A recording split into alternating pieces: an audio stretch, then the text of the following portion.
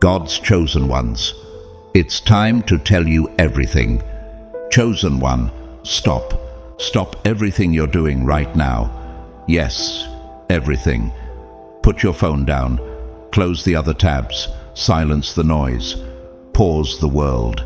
Because what I'm about to speak over you in the next few minutes is something heaven has been holding, guarding, timing, preparing for this exact moment.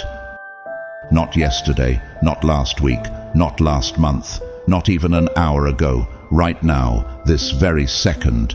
And if you scroll away, if your mind drifts for even one breath, if you treat this like just another message, you will miss a window that has been opening for you since the day you were born.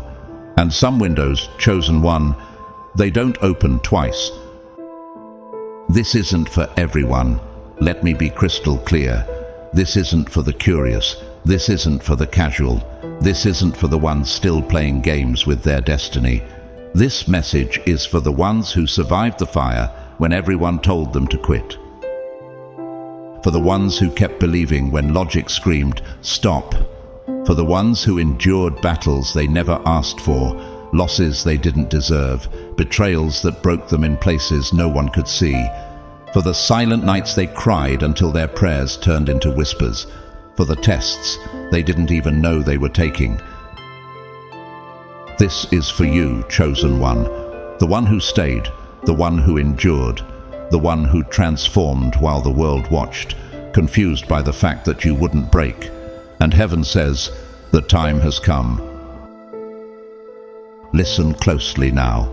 There are truths God couldn't tell you before, not because you weren't loved, not because you weren't chosen, but because the revelation would have crushed you before you were strong enough to carry its weight. You had to grow. You had to break. You had to heal.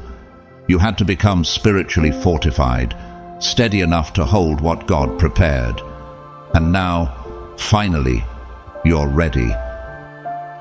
So do one small thing before we go any further. Stay with me to the end. And if even one line feels like it was written for your life, type "I'm ready" in the comments. Not for anyone else, but as a declaration over your own spirit. And if you don't want to miss what's coming next, follow and turn on notifications, because when the next window opens, you'll be there to step through it.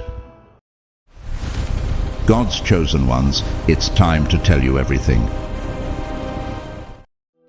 Heaven has been silent for a reason, not to punish you, but to position you. There is a kind of quiet that isn't absence, it's restraint. God will withhold sound when He is building structure, because what He is about to release into your life carries weight, and weight requires strength. You didn't arrive at this moment by accident. The fact that you're here, receiving this now, is not random. It's the kind of timing you only recognize after you've survived what you thought would undo you.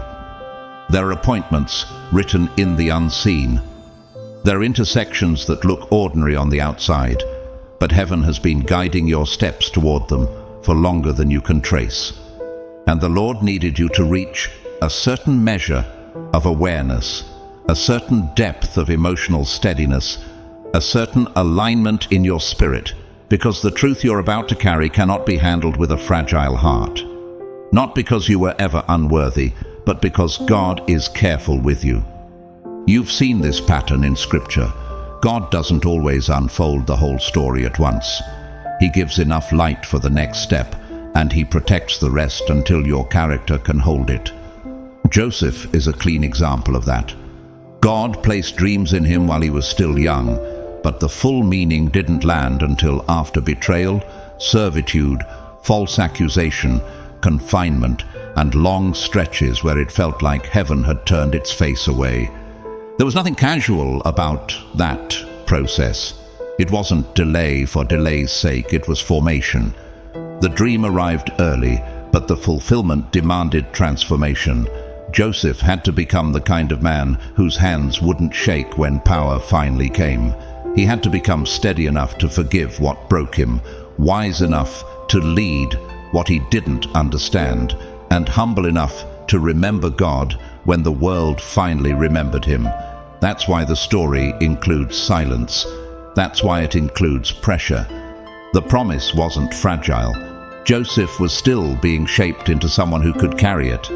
And if you're honest, you recognize the same handwriting in your own life. You've walked through battles you never chose. Doors closed in your face right when you thought the breakthrough was certain. Seasons where you prayed and felt nothing come back but your own breath. Moments where you started asking questions you never thought you'd ask, about yourself, about people, about timing, about whether you heard God correctly in the first place. You may have even said it out loud in the dark. Lord, did I miss you? Why does it feel like I'm the only one still holding on? Yet you're still here. You didn't quit. You didn't sell your soul for speed. You didn't numb yourself into indifference. You didn't abandon the call, even when you couldn't explain it to anyone without sounding like a stranger in your own story. God wasn't waiting for your circumstances to behave. He was waiting for you to become. That's a hard truth, but it's a holy one, because the Lord cares more about what the promise produces in you than the promise itself. There are blessings that can ruin a person who hasn't been prepared. There are open doors that become traps if your discernment hasn't matured. There are platforms that amplify whatever is inside you, healed or unhealed, pure or proud, stable or fractured. So when heaven feels quiet, it's not always rejection. Sometimes it's protection. Sometimes it's God refusing to rush you into something that would demand from you what you have not yet developed. And now, you have developed. You've been strengthened in places nobody applauded. You've been awakened through the very disappointments that were supposed to make you bitter. You've been refined through heat that would have destroyed an ordinary spirit. Not because you're better than anyone else, but because God has been serious about you. The Lord has been doing careful work, deep work, quiet work, so that when the truth lands, you won't collapse under it. Here it is. And when you hear it, something in you is going to recognize it before your mind can explain it. You were never fighting just to survive. You were being shaped for assignment.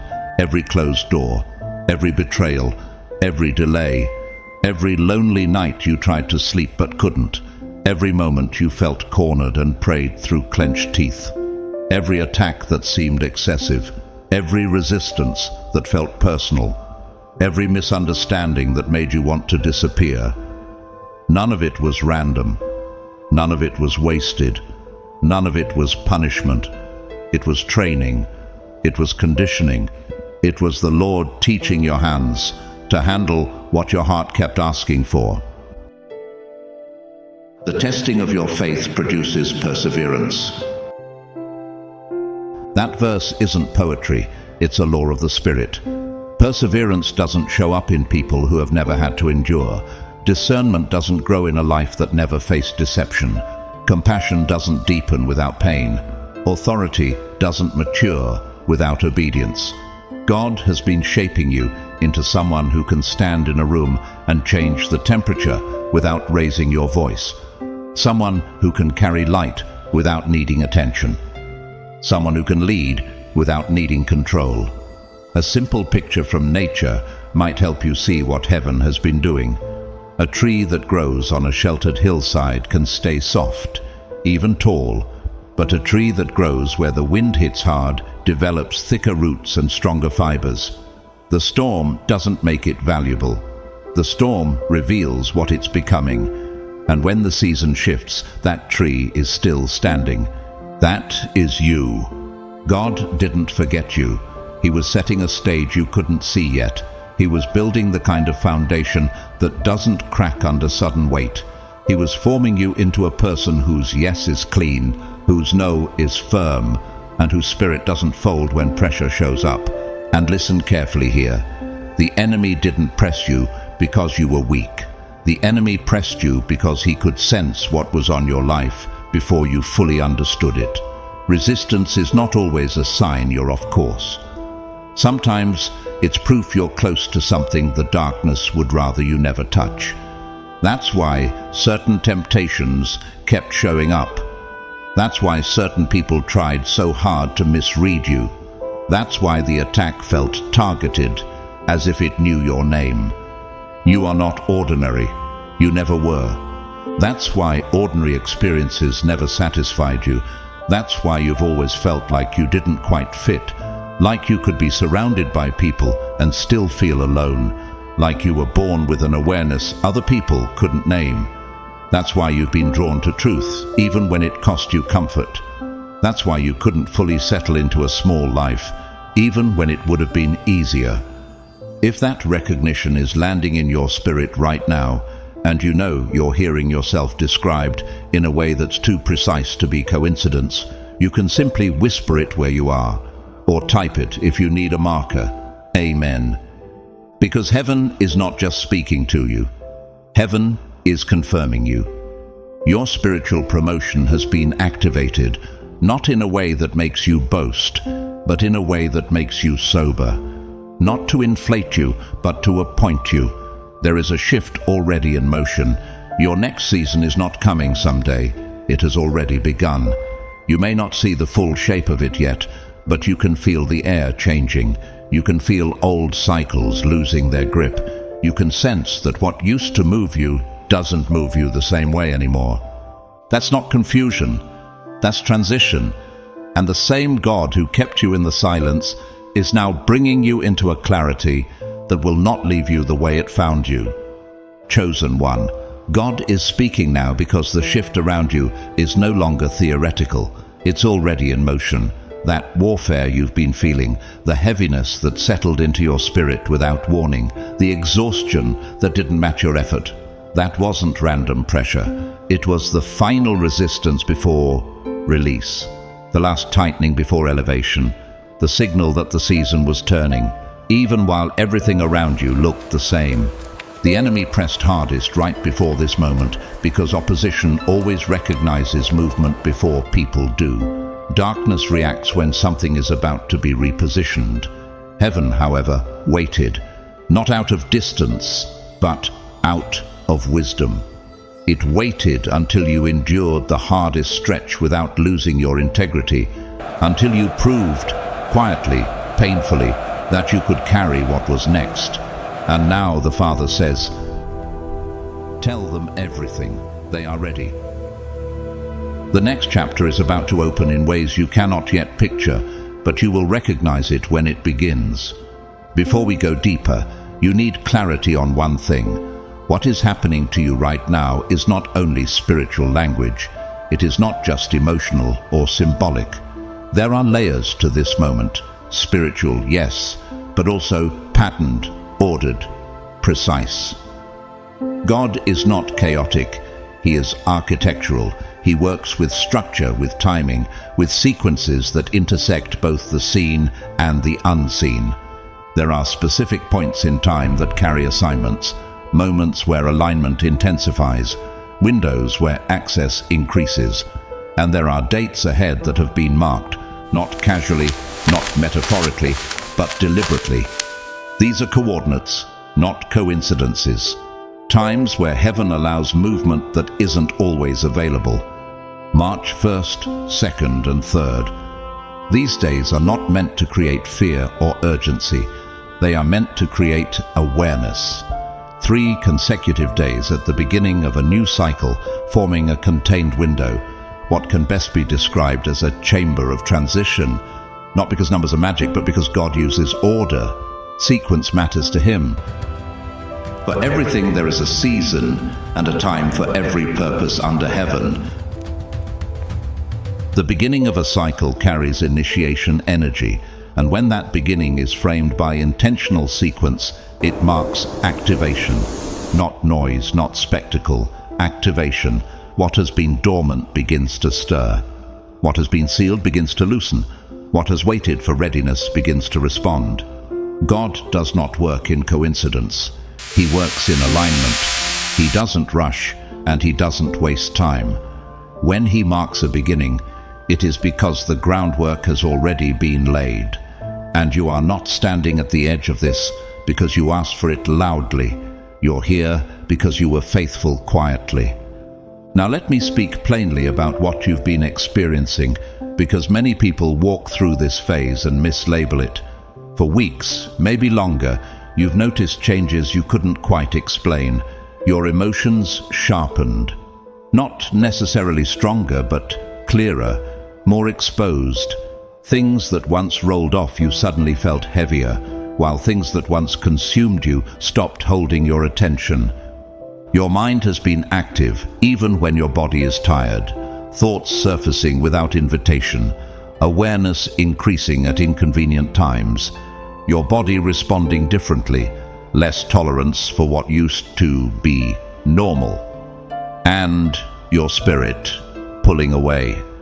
From conversations that suddenly feel hollow, from environments that no longer fit, from patterns you once justified but can no longer sustain. You told yourself it was stress, fatigue, overthinking. You wondered if something was wrong with you. You may have even said it quietly. I don't feel like myself lately. But listen carefully. You are not falling apart. You are being recalibrated. When God prepares someone for transition, He often disrupts familiarity, not to destabilize you, but to detach you. Old coping mechanisms stop working. Old distractions lose their comfort. Old noise becomes irritating. This is not breakdown, it's reordering. Do not be conformed to this world, but be transformed by the renewing of your mind. Transformation doesn't always feel peaceful at first. Sometimes it feels disorienting, because what sustained you before cannot sustain you where you're going. That discomfort is not a warning sign. It's an invitation to stop clinging to what no longer matches your frequency. There's a moment many people reach, especially those called to lead or carry weight, where they say internally, "I don't know how to do this next part."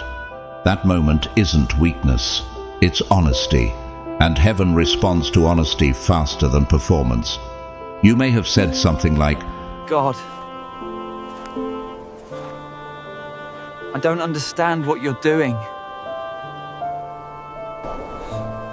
But I can feel that you're doing something. That awareness alone tells me you're not imagining this. Think about how a caterpillar dissolves before it becomes a butterfly. There's a phase where its original structure literally breaks down before the new form emerges. If you only observed that stage, you'd think something had gone wrong. But nature understands what's happening. The breakdown is part of the design. That's what this is. You're not losing yourself. You're shedding an old configuration. God is not erasing you. He's refining you.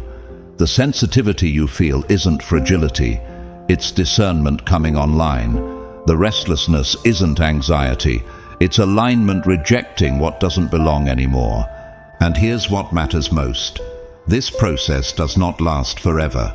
It has purpose, direction, and an end point. He who began a good work in you will carry it on to completion.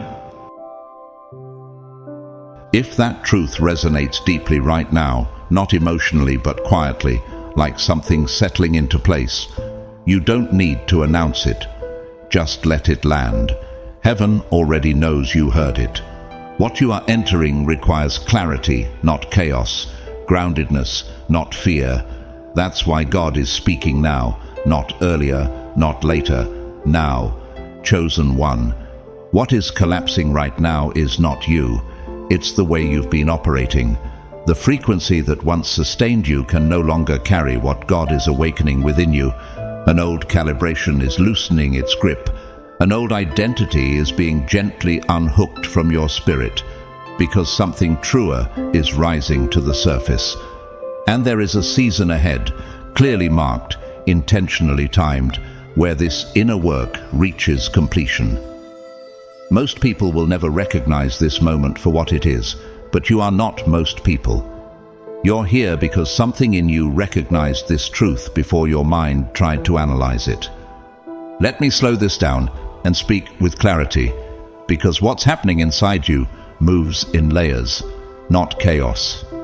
First, there is a shift in how you carry yourself, not louder, not flashier, clearer, stronger, more settled. What once felt normal now feels heavy. Conversations that skim the surface leave you drained. Noise that once distracted you now irritates your spirit. Environments you tolerated suddenly feel restrictive. You've caught yourself wondering, Why does everything that used to feel fine suddenly feel so wrong? this isn't arrogance, withdrawal, or rejection of people. It's alignment. Your inner life has grown, and your outer life is adjusting to catch up. Even Jesus grew in wisdom and stature before stepping fully into his calling. Growth always creates tension with what no longer fits. Second, there is a deeper recalibration taking place, one that reaches into the agreements you made when you were surviving rather than living. Some of those agreements were silent, staying small to keep peace, carrying burdens that were never yours, accepting treatment that wounded you because you didn't believe better was possible yet. God is not shaming you for those seasons. He's releasing you from them. And release can feel like loss before it feels like freedom. Before God builds something new, he often loosens what's been holding you in place. Scripture says, "Forget the former things, do not dwell on the past. See, I am doing a new thing." That in-between space, where the old no longer defines you and the new isn't fully visible yet, can feel disorienting. You may have whispered to yourself, "If I'm not who I used to be, then who am I becoming?" But that feeling is not a breakdown. It's a transition. You're not losing yourself. You're meeting yourself without the armor you once needed. Third, there is a shift in assignment, not a dismissal, but a graduation. What once consumed your passion now feels complete. Dreams you worked toward sincerely no longer stir your spirit the same way. That doesn't mean you failed. It means the work of that chapter has finished shaping you. To everything there is a season, and seasons end so others can begin. Here's what many people miss. God rarely announces change with spectacle. He confirms it quietly, through moments that feel too specific to ignore. A sentence spoken casually that lands deeply. A memory resurfacing with new meaning. A conversation reopening a door you thought was closed for good. A thought that won't leave you alone, not because it agitates you, but because it calls you forward. Heaven whispers before it moves openly. And those who listen learn before the shift becomes obvious to everyone else. You may wake up with a heaviness you can't name. Not panic, not fear, just awareness. You may crave stillness more than stimulation. That isn't withdrawal, it's discernment. Jesus himself often withdrew to quiet places before pivotal moments. Silence is not absence, it's preparation. And yes, there may be resistance, not from God, but from the part of you that learned to survive by staying familiar. That voice that says, "Maybe I'm overthinking this. maybe nothing is really changing. Maybe it's safer to stay the same. That isn't truth. That's comfort negotiating with calling. The old self doesn't leave quietly, not because it's evil, but because it's known. Yet Scripture is clear. If anyone is in Christ, he is a new creation. The old has gone, the new has come. That old version has already done its work. It carried you through what you needed to survive. But it was never meant to lead you where you're going. Something shifted when you chose growth over reaction, when you chose restraint instead of retaliation, when you chose integrity without applause. Those decisions mattered more than you realized at the time. Heaven noticed. The Lord looks at the heart. And your heart chose alignment even when it cost you comfort. This isn't luck. It isn't coincidence. It isn't self-improvement. It's elevation. And elevation always brings responsibility. Not pressure, but stewardship. Not fear, but clarity.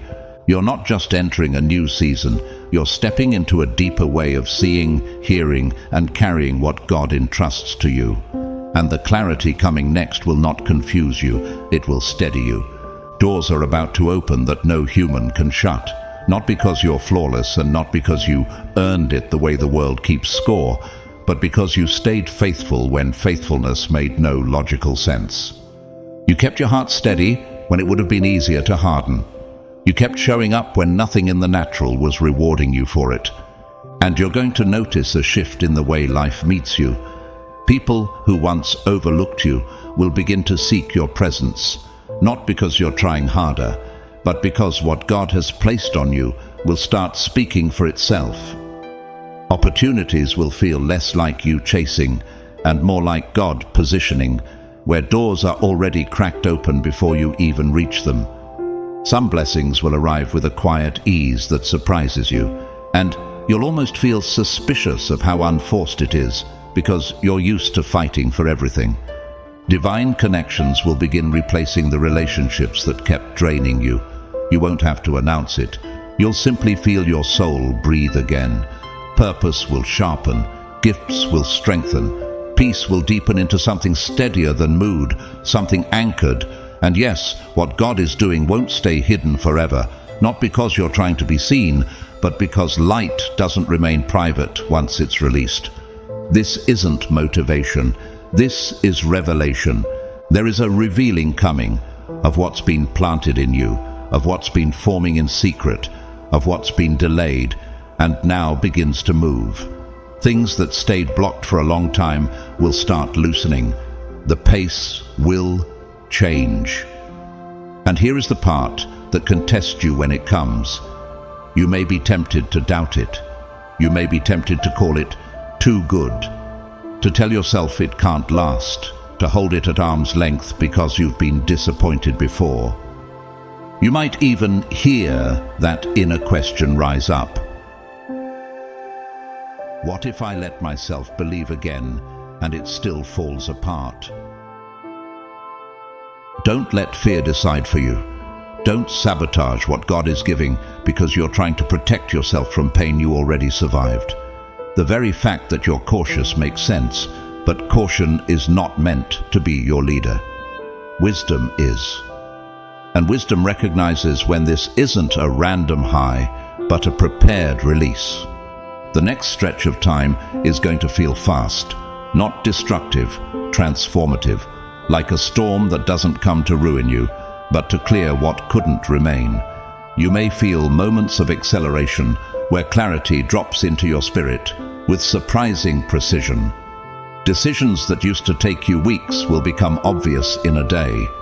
Old structures, ways of thinking, patterns of tolerating, even certain routines will collapse quicker than you expected. And at the same time, new foundations will begin forming while you're still watching the old ones fall. That can feel intense, but intensity is not the same as danger. Sometimes it's simply the evidence that God is moving. There will be a pivot point in that movement, a still center inside the whirlwind, where your spirit can lock in what heaven is releasing. Those days you mentioned, March 1st, 2nd, and 3rd, carry that kind of turning energy for you. Not because they're magic dates, but because God often uses time like a tool. He allows certain moments to become containers, days where your attention, your obedience, and your gratitude can cooperate with what He's already set in motion. So, as those days approach, think of them less as something you have to perform for, and more as an invitation to move with God on purpose. On the first day, let it be quieter than usual, not as a dramatic retreat, but as intentional listening. Let your words be fewer. Let your awareness be greater. Don't pack the day with noise if you can help it. Move through what you need to do. but with a spirit that stays open. When a thought comes that feels clean and steady, don't brush it off. When an idea rises that won't leave you, honor it. Write it down. When you feel a pull towards something or a sudden check in your spirit away from something, pay attention. Heaven often speaks gently, and the people who receive direction first are the ones who respect the whisper. On the second day, let whatever you sensed become movement. Not rushed, not chaotic, obedient. If something was highlighted to you, take the next right step, even if it seems small, even if it feels uncomfortable. That responsiveness matters because revelation that stays only in your journal becomes frustration. But revelation that meets obedience becomes momentum.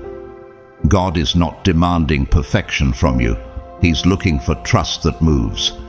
And on the third day, let gratitude and declaration seal what's been stirred. Gratitude isn't denial of reality. It's recognition of God's faithfulness in the middle of process. And declaration isn't pretending. It's aligning your mouth with what your spirit knows God is building.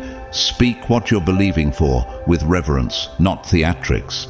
Thank God in advance, not as a technique, but as a posture, because you've already seen too much to live like He won't come through again.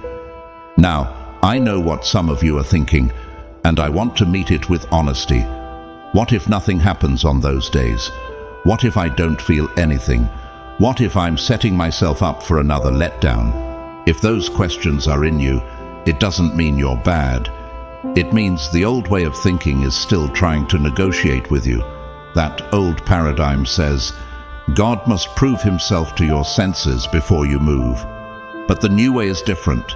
In this season you move with God, and the confirmation follows. You don't wait to feel safe before you obey. You obey, and then your soul catches up to what your spirit already discerned. Here is the truth. The shift has already begun. Those days aren't the moment God starts working. They're the moment you become fully conscious of what He has already initiated. You've already crossed a threshold. Your mind is simply catching up to where your spirit has been standing. And you've seen evidence of it, even if you didn't name it. Think about the last month of your life. Haven't there been brief flashes where you felt different, cleaner, steadier, less reactive? Moments where you responded in a way that surprised you, not because you were trying to be strong, but because strength was already growing in you. Times you walked away from something the old you would have clung to. Times you spoke truth when the old you would have stayed silent. If you've caught yourself asking, who am I becoming? That question is not a threat. It's a sign. Those weren't accidents. They were confirmations. They were the early proof that the new foundation is already being laid beneath your feet. Those moments were not random. They were evidence. Evidence that the transformation was already underway long before you had language for it. You thought they were just good days, brief clarity, temporary strength that would fade. But they were something else entirely, glimpses, small breaches where the new version of you surfaced long enough for you to notice it was real. And what is approaching now is not another glimpse.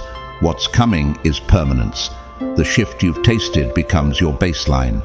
Not flashes, not temporary resolve. A new default.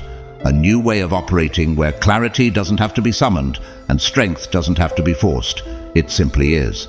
There's another confirmation you've likely already sensed. People around you have started responding to you differently, haven't they? Some quietly pulled back without explanation. Some became tense or defensive for reasons they couldn't articulate.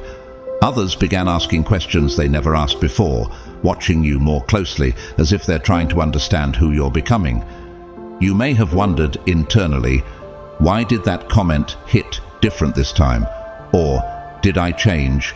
Or did they? It's not your imagination. People feel shifts they can't explain. When someone's inner posture changes, it registers before words ever do. And when that happens, others respond in one of two ways.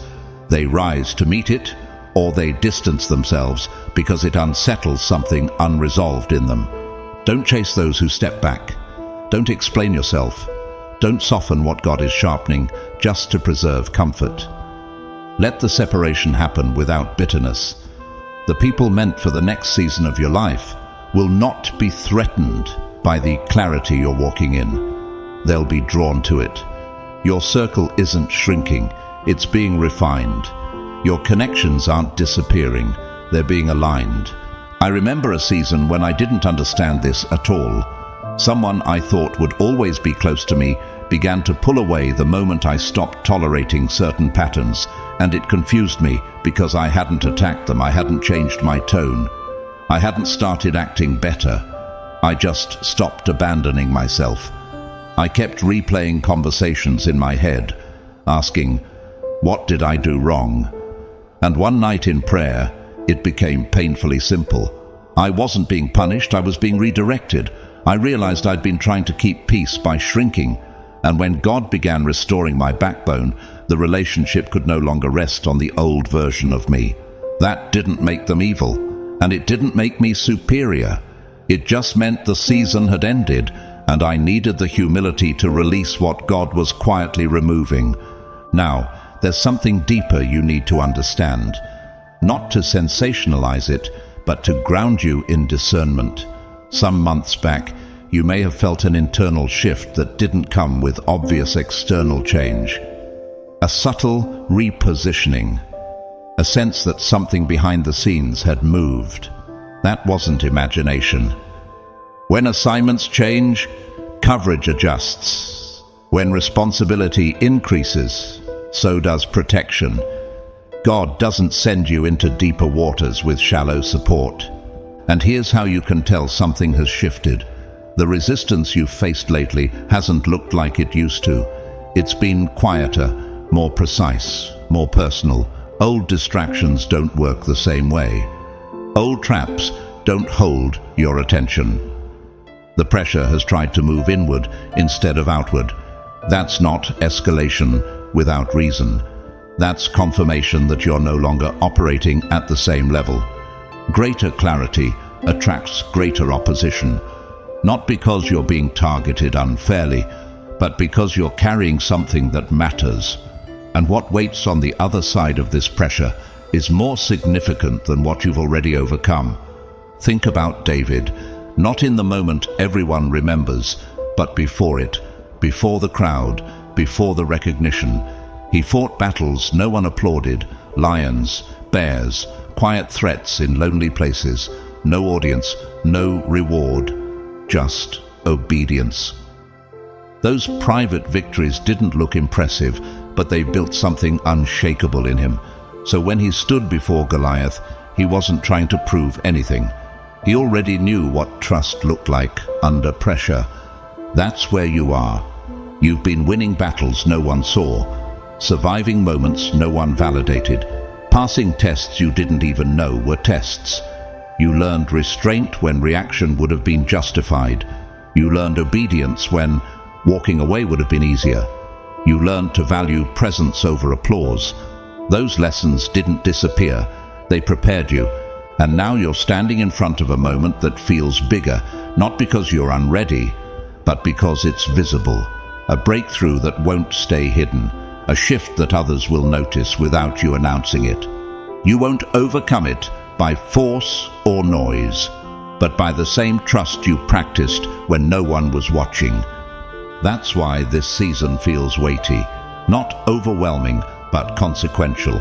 So hear this with steadiness. Everything that happened in private is about to matter in public. Nothing was wasted, nothing was random, and the same God who sustained you when it was quiet will remain faithful when it's seen. Now, pause for a moment and ask yourself honestly, what if the very things that tried to wear me down were actually training me for what's coming next? Because if that question feels less frightening than it once did, you're already further along than you realize. And in the months ahead, if you fully yield to what God is doing, without rushing it, without resisting it, without clinging to what no longer fits, your life will not look louder, it will look clearer. more ordered, more aligned, less reactive, more anchored. That's the kind of change that lasts. There will come a morning when you wake up and, for a moment, you won't recognize your own life. Not in a disorienting way, more like a quiet, humbling astonishment. You'll look around and think, How did I get here? and instead of panic, you'll feel reverence, because you'll realize you didn't climb your way into this, you were carried. The problems that consume your thoughts today won't even register the same way, not because they disappeared overnight, but because they lost their authority over your peace. The people who drain you now won't have the same access, not because you became harsh, but because you finally learned the difference between love and exposure. The fog you've been living under will give way to a clarity that feels steady, not rushed, like a lamp being turned on in a room you've lived in for years. The doors that are closed right now won't just open. You'll walk through them so fully that one day you'll struggle to remember how long they were shut. And what surprises you most is that you won't feel the need to prove anything when you step into them. Provision will shift, not because you pushed harder, but because your life came into alignment. You stopped leaking energy into places God never assigned you. Relationships will shift, not because you became colder or more selective, but because your inner posture changed, and only those who can meet you there will remain close. You'll begin to value peace more than chemistry, fruit more than familiarity, and covenant more than convenience. Even your body will respond. When stress no longer has to brace for battles that weren't yours to fight, the nervous system learns how to rest again, and rest becomes a kind of worship you didn't know you needed. And your life, quietly, unmistakably, will begin to testify to the goodness of God. Not in a way that draws attention to you, but in a way that points beyond you. People will notice a steadiness on you that can't be explained by circumstances. They'll sense that you're no longer governed by approval, no longer shaken by every shifting wind. The testimony won't be that you avoided pain, but that pain didn't get to keep you. And the peace that settles on you will become its own language, one that speaks when you don't. When people notice and ask what happened, you won't have a rehearsed explanation. You won't be able to point to a single strategy or moment, because it won't be something you engineered. It will be something God worked through your obedience, your surrender, your willingness to release who you were so you could become who you were always meant to be. And deep down you'll know it, even if you can't fully explain it. This wasn't me. This was God. You'll remember the nights you wanted to quit and didn't, the moments you wanted to retaliate and chose restraint, the times you didn't understand anything but still kept your heart open. That's when you'll realize God was building a future with your faithfulness, one quiet yes at a time. I've seen this pattern up close. There was a season when I kept trying to explain the changes God was making in me, and every explanation fell short. I wanted language that made sense to everyone else, but the truth was simpler and harder to package. I stopped fighting God's timing. I stopped trying to control outcomes. And once I did, things didn't get louder. They got clearer. Doors opened that I couldn't have forced open if I tried. And the peace that came with it told me I was finally moving with God instead of ahead of Him. I also learned something humbling. Sometimes what feels like delay is God rescuing you from an answer that would have arrived too early. And sometimes the greatest miracle isn't the door opening. It's you becoming the kind of person who won't destroy what you prayed for. Now hear this with sobriety, not fear. Blessing carries responsibility, and responsibility attracts resistance. The intensity you've felt lately, the pressure, the opposition, the strange sense that you're being tested from multiple angles, didn't show up because you're failing. It showed up because you're approaching a level of influence and authority that requires refinement. God doesn't hand weight to a weak foundation, not because he's withholding, but because he's merciful. So if it feels like life has been pressing on the exact places you used to avoid, that may be because those are the very places God is strengthening for what you're about to carry. And the fact that you're still standing is not an accident. It's evidence that grace has been holding you. The enemy cannot undo what God has established, but he will try to distract you, discourage you, convince you to disqualify yourself before you ever see the fruit. That's why the battles have felt relentless. Not chaotic, focused, not random, personal. Scripture reminds us, be alert and of sober mind.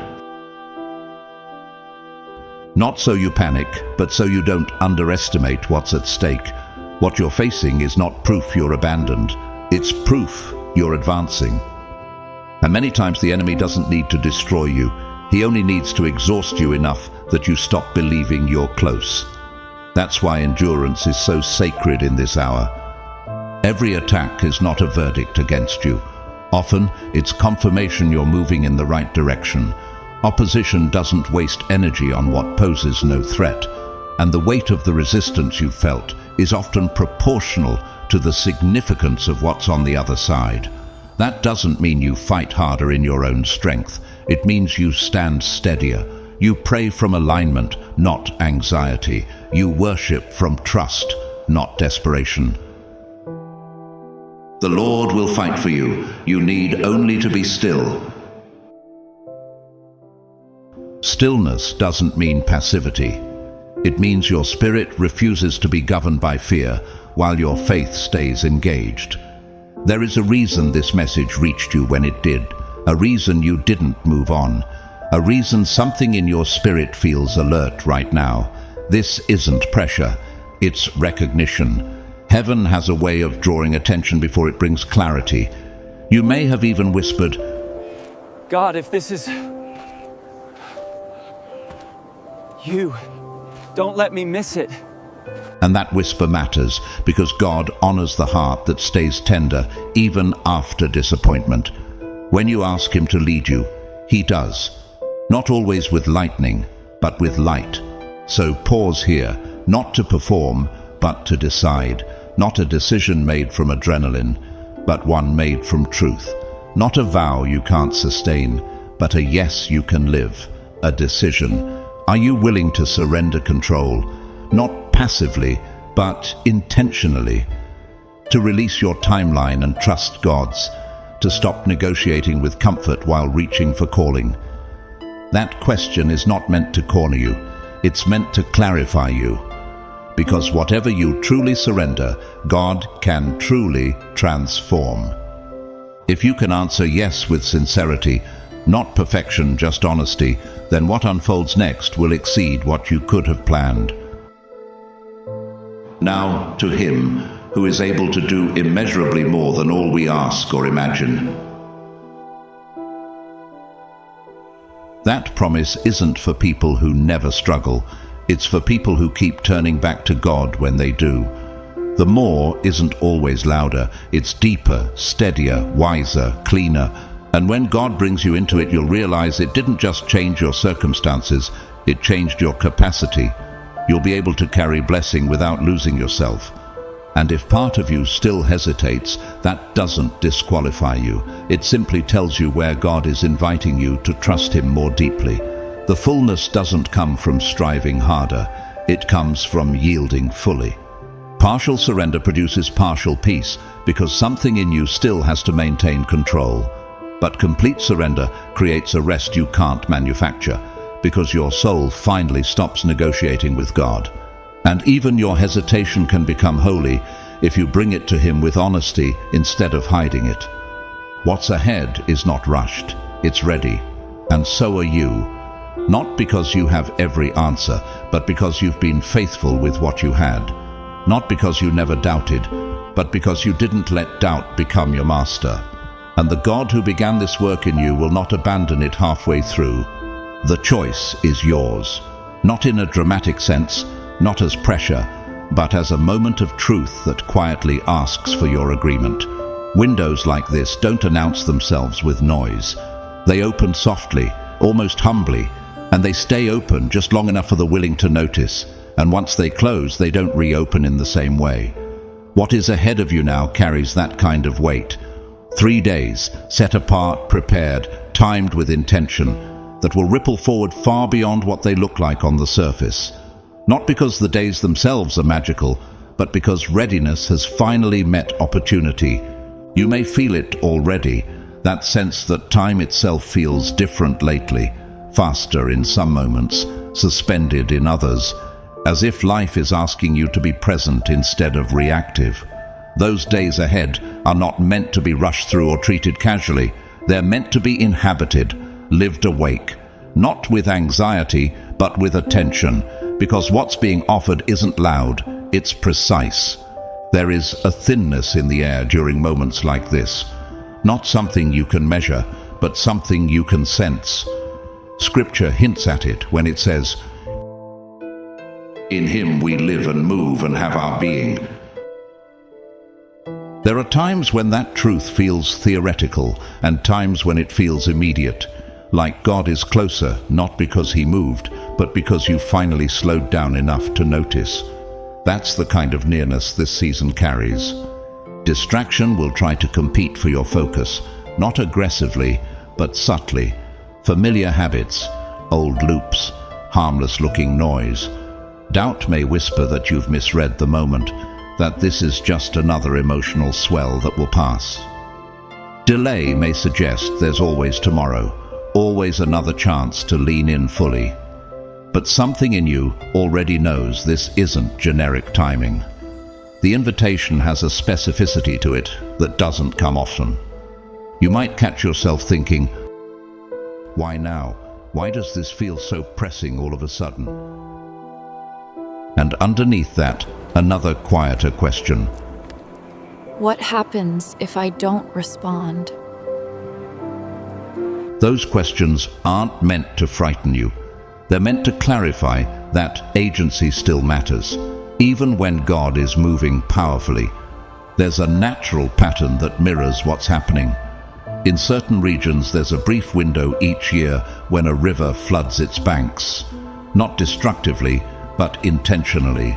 The water spreads across dry land, depositing nutrients the soil couldn't receive any other way. Farmers know that if they plant too early or too late, the seed won't take. The land has to be open at the right moment, when the conditions align. Miss that window, and the ground hardens again. Nothing is wrong with the seed. Nothing is wrong with the soil. The timing simply passed. That's what this feels like. A flooding of grace meant to enrich what's already been prepared in you. You may find words rising from your own heart without effort. I don't want to miss this. I don't want to miss this. You might whisper when no one else is around. Or even more simply, God, I'm here. those aren't dramatic prayers. They're honest ones, and honesty is always heard. I want to speak personally for a moment, not as someone above this process, but as someone who has stood inside it. There was a season when I felt a similar narrowing of time, a sense that something important was unfolding quietly. I remember hesitating, not out of rebellion, but out of fatigue. I had been faithful for a long time, and part of me wondered whether leaning in again would just lead to another waiting season. I questioned whether I had the energy to hope fully, and then one night, in a moment that felt almost ordinary, it became clear that my hesitation wasn't wisdom. It was self-protection. I realized I was guarding myself from disappointment more than I was guarding my faith. That understanding didn't come with thunder. It came with peace, and choosing to step forward, even tired, changed the trajectory of what followed. That's why I say this gently but clearly. Don't sleep through these days. Not physically. Rest is holy, but spiritually. Don't numb yourself. Don't postpone attention. Don't let old patterns decide for you. You don't have to manufacture intensity. You just have to stay available. You're not being asked to strive. You're being asked to cooperate. The veil feels thinner in moments like this because alignment creates clarity. When your inner yes meets God's timing, things move with less resistance, not without challenge, but without confusion. The Lord will fulfill His purpose for me isn't just a comforting line, it's a declaration of trust that God doesn't abandon what He initiates. But fulfillment often unfolds through participation, not passivity. You may notice your intuition sharpening during these days. Thoughts that arrive with calm authority, convictions that feel clean rather than condemning, directions that don't overwhelm you but steady you. The temptation will be to second-guess them, to ask for more confirmation before acting. But confirmation often follows obedience, not the other way around. And obedience doesn't always mean a dramatic step. Sometimes it's as simple as choosing silence instead of noise, truth instead of habit, courage instead of comfort. Another thought may surface unexpectedly. What if this really does shape the next years of my life? That question carries weight, but also promise. Because shaping doesn't mean controlling, it means orienting. A small adjustment at the beginning of a journey changes the destination entirely. You are not late. You are not behind. You are not catching up. You are arriving. And the days ahead aren't about proving anything to God. He already knows your heart. They're about you recognizing where you stand, about letting go of the need to understand everything before you move, about trusting that the God who has carried you this far isn't asking you to leap blindly, but to walk attentively. There will be moments when you feel resistance from within, not fear exactly, but familiarity pulling at you. The old rhythm will try to reassert itself. That's normal. Change, even holy change, unsettles what has grown used to control. But you don't have to fight that resistance. You simply don't have to obey it. You may hear yourself say, almost in surprise, "I'm ready to let this be different." Or later, quieter still, "I don't need to manage this anymore." Those are not signs of weakness. They're signs of trust maturing. The invitation of these days isn't to do more, but to be more present, to listen without rushing to respond, to act without needing applause, to give thanks not because everything is finished, but because you recognize who is guiding the process. And when the window eventually begins to close, not abruptly but gently, you won't feel loss. You'll feel grounding, like something has settled into place, like the soil has absorbed what it needed. The fruit won't appear immediately, but it will come in its season, carrying the imprint of these moments. So don't let doubt steal your attention. Don't let delay masquerade as wisdom. And don't let distraction convince you this is ordinary time. It isn't. You were drawn here because something in you is aligned enough to notice, and that alignment is not fragile. It's been forged through endurance, humility, and a long history of choosing faith, even when clarity lagged behind. The window is open now, not to rush you, but to invite you. And whatever you choose to do with it will echo, quietly, faithfully, into what comes next. As we come to the end of these words, nothing is closing, something is settling. There is a difference.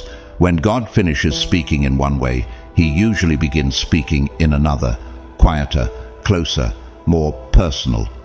What you've received here isn't meant to be carried as information. It's meant to be carried as awareness. You don't need to rush to define it. You don't need to explain it to anyone.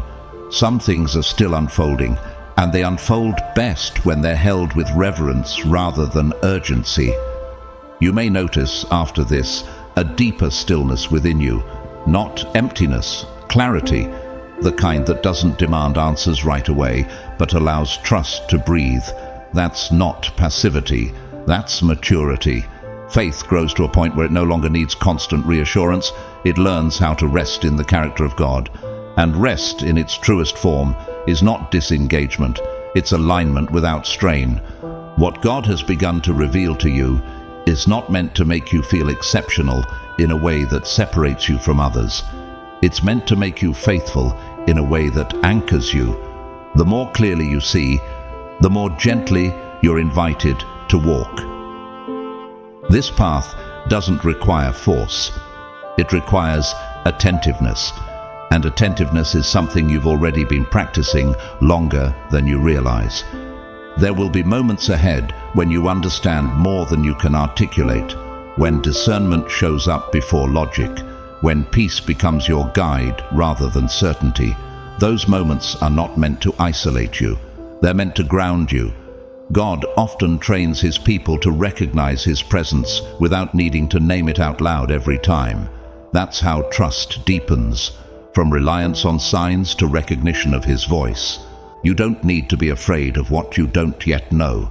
God has never revealed everything at once, not because he withholds love, but because revelation has weight, and weight is given to those who have learned how to carry it without being crushed. You have been learning that even on days you felt unsure. There is a quiet courage forming in you, not the loud kind that announces itself, but the steady kind that endures, the kind that chooses integrity when shortcuts are available, the kind that listens before reacting. That courage doesn't come from willpower. It comes from trust that has been tested and refined, and it's still growing. You may be tempted to look ahead and measure what you think should happen next. Try not to. God's work often becomes clearer in hindsight than in projection. What matters now is not predicting outcomes, but remaining responsive. The path will make itself known step by step, just as it always has. Trust in the Lord with all your heart, and lean not on your own understanding. In all your ways submit to him, and he will make your paths straight. That promise doesn't rush you. It steadies you. Here is what can be affirmed without exaggeration or pressure. You are being invited into a deeper alignment with God's timing, God's ways, and God's wisdom. Not because you are flawless, but because you are willing. Not because you have all the answers, but because you have kept your heart open. This season is calling you into consistency, not spectacle, into faithfulness, not frenzy, into a way of living that reflects trust more than control. You don't have to announce this alignment. It will speak for itself, through the way you respond, through the peace you protect, through the discernment you practice, through the humility that keeps you teachable even as you grow stronger. Hold this affirmation gently but clearly. You are walking in obedience with a sincere heart, and God is faithful to guide those who remain attentive to him. Amen. Let the days ahead unfold without forcing meaning from every moment. Some things will become clear quickly. Others will take time. Both are intentional.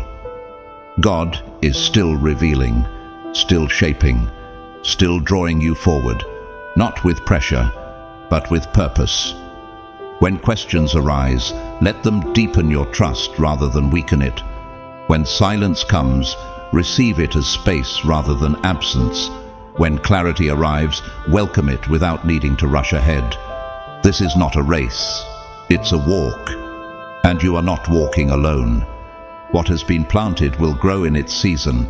What has been stirred will settle into wisdom, and what has been revealed will continue to unfold layer by layer as you remain willing to listen. God is not finished speaking. He is simply speaking more closely now.